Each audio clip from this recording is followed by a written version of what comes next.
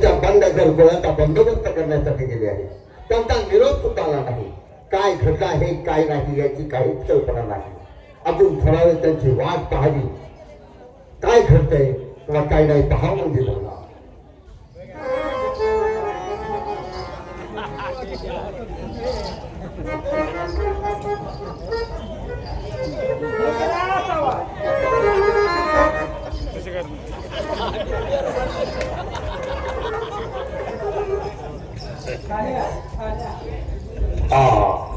कोण आपण डायरेक्ट दरबारमध्ये आपण प्रवेश केला. त्याल घालायचं त्याल मागाय म्हणजे नवरात्र नवरात्र असतं. पण आवाज जरा ओळखीचा वाटतोय. आता हे तुम्ही काम उलट नाही का काय आवाज ओळखीचा म्हणजे हो, कारण अंगावरची वस्त्र वेगळे आहे परंतु तुमचा आवाज आहे तो माझ्या ओळखीचा वाटतो आहे. जरा आपल्या तोंडावरचा पदर बाजूला करा. तुमचं मला मुख चंद्र पाहायचं आहे. ऐक काळूबाई तुझा सोन्याचा जुबान, ऐक काळूबाई तुझा सोन्याचा जुबान, आणि तुझ्या गदरचे नाला राजा पाटी गावचा उभा, आणि तुझ्या गदरचे नाला राजा पाटी गावचा उभा, तुझ्या गदरचे नाला राजा पाटी गावचा उभा. ही काय आपली अवस्था? माझी एकट्याचीच नाही मग जोडीदार आहे की अजून आलो तेवढंच राहिलो. अंगावरची साडी परिधान केली. आमच्या दोघांच्याच नाही. कपाळाला भंडारा लावलेला आहे. होय होय सुरुवातीला तुम्हाला म्हटलं होतं महाराज आम्हाला लावून देऊ नका आम्ही जात नाही. मी पाठवलं म्हणून ही अवस्था समजायला काय तुम्ही? आम्ही हाताने केले आमच्या दोघांचं झालंय. मग अरे ते तात्यासाहेब आहे ते शूरवीर आहे. ते कदापि अशी अवस्था करणार नाही. असं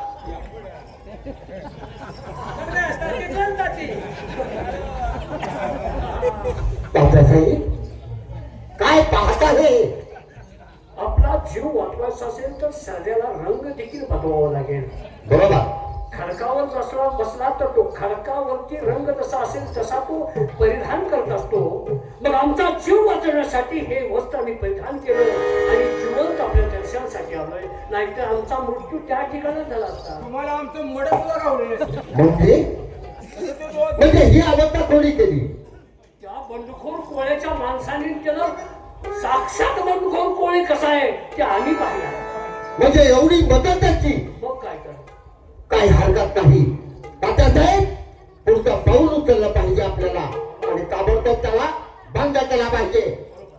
त्यासाठी ठोस पुरावा ठोस पावलं उचलली पाहिजे. उचलणं गरजेचं आहे. प्रिया काय विचार आहे तुमचा? काय करूया जाव्या त्याच्या नादाला लागाय नको. म्हणजे त्याला पाठबळ बी लय आहे. त्याच्याकडे माणसं बी लय आहे ती. म्हणजे 5,000 लोकांचं बंद आहे आता आमच्या कानावरती वार्ता आली होती. 5,000 कुठलं घेऊन बसलाय. मग? हे करूया आपण गेलेलो आपली स्थिती मान्य करूया त्याची क्षमा मागूया आणि खरोखर त्याला इथं बोलवून घ्या त्याची क्षमा तुमचा दंड आहे का परीक्षा घेऊन आले मोर्चा आलाय मोर्चा शेतकऱ्यांचा.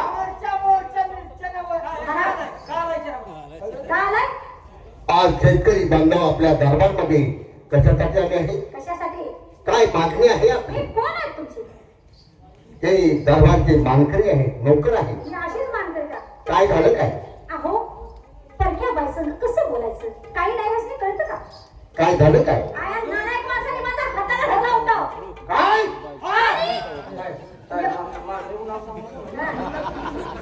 महाराज अहो तुम्ही म्हणता काय? आता मी कामाला लागलोय ताटात तुम्ही काय म्हणता? बंडखोर कोळी वाईट नाही. बंडखोरी वाईट नाही. मग अहो त्याने माझी आबरू वाचवली. त्याने इज्जत वाचवली आणि आमचा माल वाचवला. असं हा म्हणजे माझ्या गोरगरीब शेतकऱ्यांना मदत करणारा तो बंडखोर कोळी आहे. अहो एवढंच काय ते इकडे येत आहे. म्हणजे हा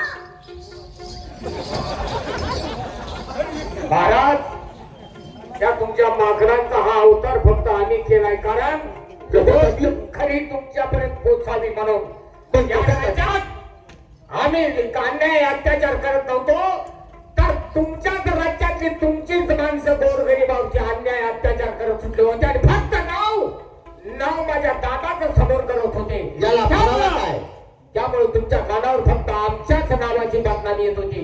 याला जिवंत पुरावा आहे माझी शेतकरी बहीण. महाराज, पुरावा म्हणून काय विचारता? अहो तुमच्या माणसाची ह्याने पातळी नेसवलेली आणि तुम्हाला पुरावा काय पाहिजे? पुरावा म्हणजे अत्याचार केलेला पुरावा विचारतो अहो आहे. ती सांगते, ज्या टायमाला ह्याने माझ्या हाताला धरलं होतं की ते हे माझ्या दादा आला मला वाचवायला म्हणजे आपली इथं गाणी वाजवली हा. आणि तुमच्या हाताला कोणी धरला? त्या वाचवलं.